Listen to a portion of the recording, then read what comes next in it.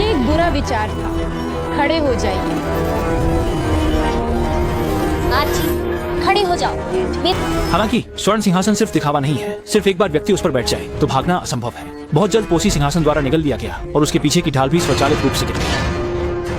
लेकिन black girl ने ढाल लेकर नहीं गई, बल्कि वह सिंहासन के पीछे की प्रणाली को तोड़कर पोसी को बचाना चाहती थी। हालांकि उसी समय आग के देवता अचानक प्रकट हुए। उन्होंने तुरंत सीटी बजाई, एक सीढ़ी तुरंत उठ गई और उन्होंने ब्लैक गर्ल को जाने देने की योजना बनाई। उन्होंने ब्लैक गर्ल से कहा कि बस उसे ढाल लेकर बाहर जाना है और वह हीरो बन जाएगी और अंत में विजय प्राप्त करेगी। पहले जो उसकी माँ एथेना उससे नाराज थी, वह भी उसे माफ कर देंगी। लेकिन ब्लैक गर्ल, जो स्वभाव से पहले गौरव को प्राथमिकता देती थी, अब पहले जैसी नहीं रही। बोसी के साथ लंबे समय तक रहने ने उसकी सोच को बदल दिया है। अब वह केवल बोसी को हल करने की चाहत रखती है। ब्लैक गर्ल की बातों ने उसे पूरी तरह से प्रभावित कर दिया। जैसे ही आग के देवता की एक सीटी बजी, सुनहरे सिंहासन का श्राप हट गया और पोसी इससे बच गया। दोनों जल्दी से ढाल लेकर रेस्तरां लौट आए और ढाल एरीस को सौंप दी। एरीस ने अपना वादा निभाते हुए एक रेलगाड़ी का इंतजाम किया और यह रेलगाड़ी लास वेगास की तरफ जा रही थी।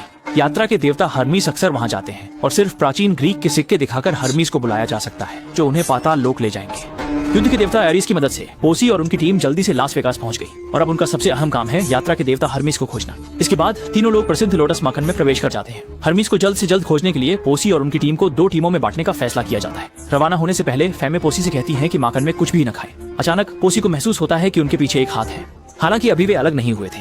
अकेले चल रहे यांग नान ने जल्दी ही इमारत में अपने ही जैसा पाया और जैसे ही उसने देखा, वह व्यक्ति भागने लगा। यांग नान तुरंत उसके पीछे दौड़ा और पाया कि वह व्यक्ति वास्तव में यांग नान की टीम का प्रसिद्ध ऑगस्टस है। लेकिन इस समय ऐसा लग रहा था जैसे वह भूल चुका हो और कुछ भी याद नहीं आ रहा हो। और अजीबोगरीब ऑगस्टस ने एक बड़ा रहस्य बताया।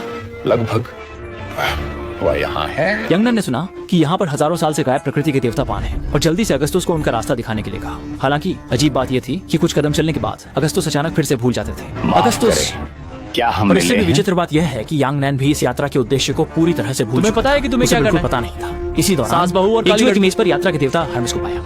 हालांकि पोसी दोनों के आगमन के बावजूद हर्मिस को कोई हैरानी नहीं हुई और उन्होंने कहा कि उन्होंने पहले भी अन्य लोगों को अंडरवर्ल्ड जाने में मदद की थी, लेकिन उनका अंजाम बहुत बुरा हुआ। इसके बाद हर्मिस ने फैसला किया कि वह अब दूसरों के मामलों में शामिल नहीं होंगे। काली बहन को कोई आशा नहीं दिखी, इसलिए वह मुड़कर चली गई। हालांकि जैसे ही वह चली गई, हर्मिस ने पोसी को बताया कि उनके पिता पोसाइडन ने हर्मिस से कहा था कि उनकी मदद वो न करें। किलिन बाहर फिर भी निकला। हर्मिस ने पैसे को समय का ध्यान रखने के लिए चेतावनी दी। दरअसल भले ही वे अंदर की चीजें न खाएं, लेकिन लोटस बिल्डिंग की हवा भी लोगों को याददाश्त खोने पर मजबूर कर सकती है। पोसी को लगता है कि वे यहाँ केवल 20 मिनट से हैं।